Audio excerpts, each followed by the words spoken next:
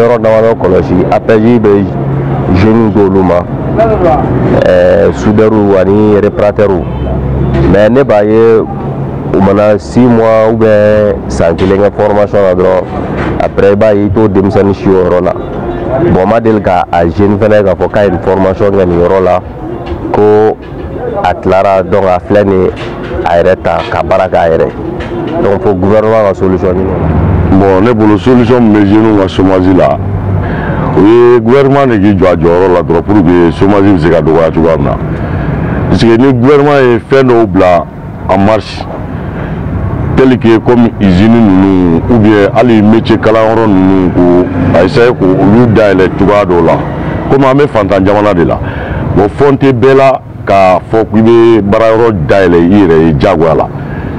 bon ni gouvernement bɛ se ka dɛmɛ kɛ hali wariko la ou bien matériel ko la bon o caman bɛ se ka kɛ sababu ye ka dɔ bɔ chômage la jamana kɔnɔ quoi. Tiɲɛ yɛrɛ la ni faamaw sera k'u hakili to jamanadenw na o ka fisa quoi. Esi y'a faamuya n'o tɛ tiɲɛ yɛrɛ la jeunes filɛ carré kɔnɔ baara tɛ yen baara foyi tɛ jamana in kɔnɔ sisan.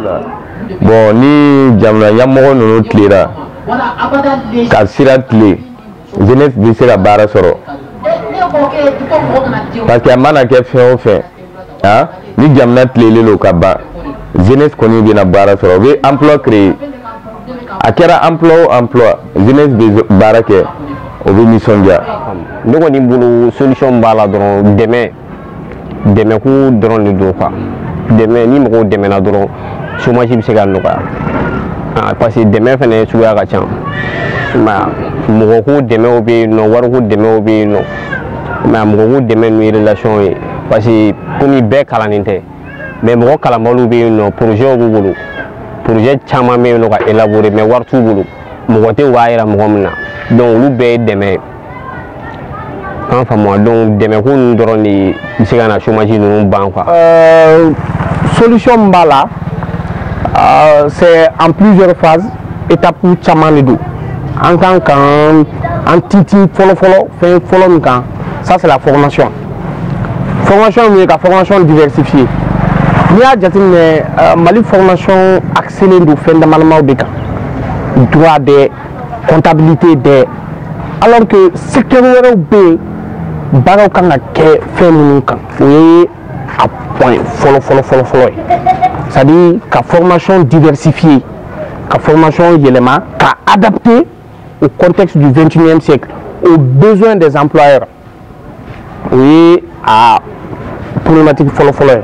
donc État yɛrɛ ka réforme kɛ au niveau de l'éducation pour que ka yɛlɛma don a la ça c'est le premier point. Le deuxième point secteur dɔw bɛ yen k'olu développer i b'a fɔ le secteur agro-sylvo-pastoral c'est-à-dire ka an balo yɛlɛma élevage ni fɛnw mɔgɔw ye formation ni fɛnw kɛ élevage la donc ka mɔgɔw former au secteur ninnu na un deuxième point donc au secteur ninnu développer pour que o baara ninnu kanu ka se ka mɔgɔw minɛ donc min ye sɛnɛw ni bagan maraw ni tout ce qui est agro-sylvo-pastoral o y'a point filanan ye bon ne ka faamuyali la point sabanan ça c'est l'accès au crédit. Accès au crédit de ka gɛlɛn ni a bɛɛ ye parce que n'i taara k'i bɛ juru ta bi banque la pour que ka business dɔ dayɛlɛ ni garantie t'i bolo caution t'i bolo gage t'i bolo banque foyi tɛ juru don i la un jeune qui a fini qui vient de finir i bɛ wari bɔ min pour que ka au financement sɔrɔ donc k'o secteur ninnu k'olu développer ka baara kɛ o kan donc ne bolo olu de ye solution ye pour que chômage ka réduit. Bon, ne bolo solution min bɛ se ka sɔrɔ zéro ka chômage la une solution durable et efficace o tɛ dɔ ye o ka corruption kɛlɛ parce que n'i y'a ta k'a lajɛ jamana kɔnɔ Mali kɔnɔ wari min bɛ don corruption senfɛ ça s'élève à des milliards bon ne bolo o milliards ninnu olu bɛ se ka n'olu sɔnni empêcher la jamana kɔnɔ olu bɛ se ka ta ka investir fɛn wɛrɛw la ka se ka structure dɔ dayɛlɛ ka se ka usine dayɛlɛ pour que mɔgɔw ka se ka baara sɔrɔ u b'a fɔ ko niveau tɛ an jeunes na an kalan don diplôme b'an bolo mais baara tɛ yen parce que wari in bɛɛ b'a la ka suɲɛ fɛn o fɛn kan ka baarakɛyɔrɔ dayɛlɛ a b'a la ka suɲɛ k'a dun mɔgɔ kelen b'a la k'a bɛɛ sɔrɔ mɔgɔ fila mɔgɔ naani b'a la k'a wari bɛɛ kɛ ɲɔgɔn cɛ alors que a bɛ se ka kɛ sababu ye n'a kɛra ka usine dayɛlɛ a bɛ se ka kɛ sababu ye parce que hali n'a kɛra mɔgɔ 30 mɔgɔ 60 olu don baara la k'u sara et à long terme aussi. solution min n'an sera ka usine dɔw dayɛlɛ mun bɛ se ka mangoro bayɛlɛma k'u kɛ jus ye ani nemurubaw quoi yan'u ka tiɲɛ o kɛra n'o kɛra bɛɛ bɛ dɔ sɔrɔ quoi bɛɛ bɛ jeunes bɛ sigilen bɔ u sigilen bɛ bɔ fɛnɛ ni fɛnw na quoi chômage ni fɛnw na. ni usine ma jɔ jamana tɛ se ka développer minnu kan ka usine jɔ olu ye zone de ye u tɛ se ka baara kɛ ni wari ye donc jamana in a gɛlɛyɔrɔ de ye nin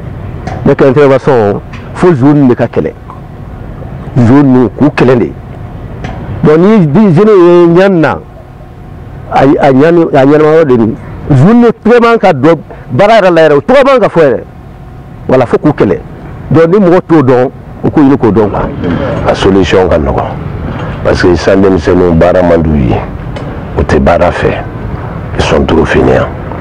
bon o ye complexe de ye complexe d'infériorité de b'u la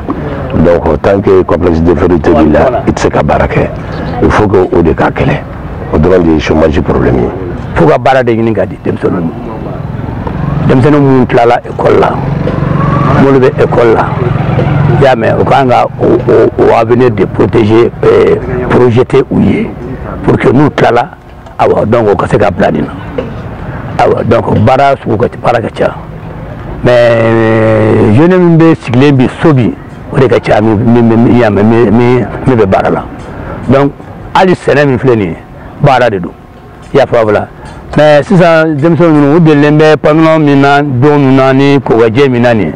o hakili tɛ jigin o la yɛrɛ n'i tilala i ka baara la i ka diplôme b'i bolo donc baara ma sɔrɔ tu peux aller faire i bɛ se ka taa o baara sugu dɔ kɛ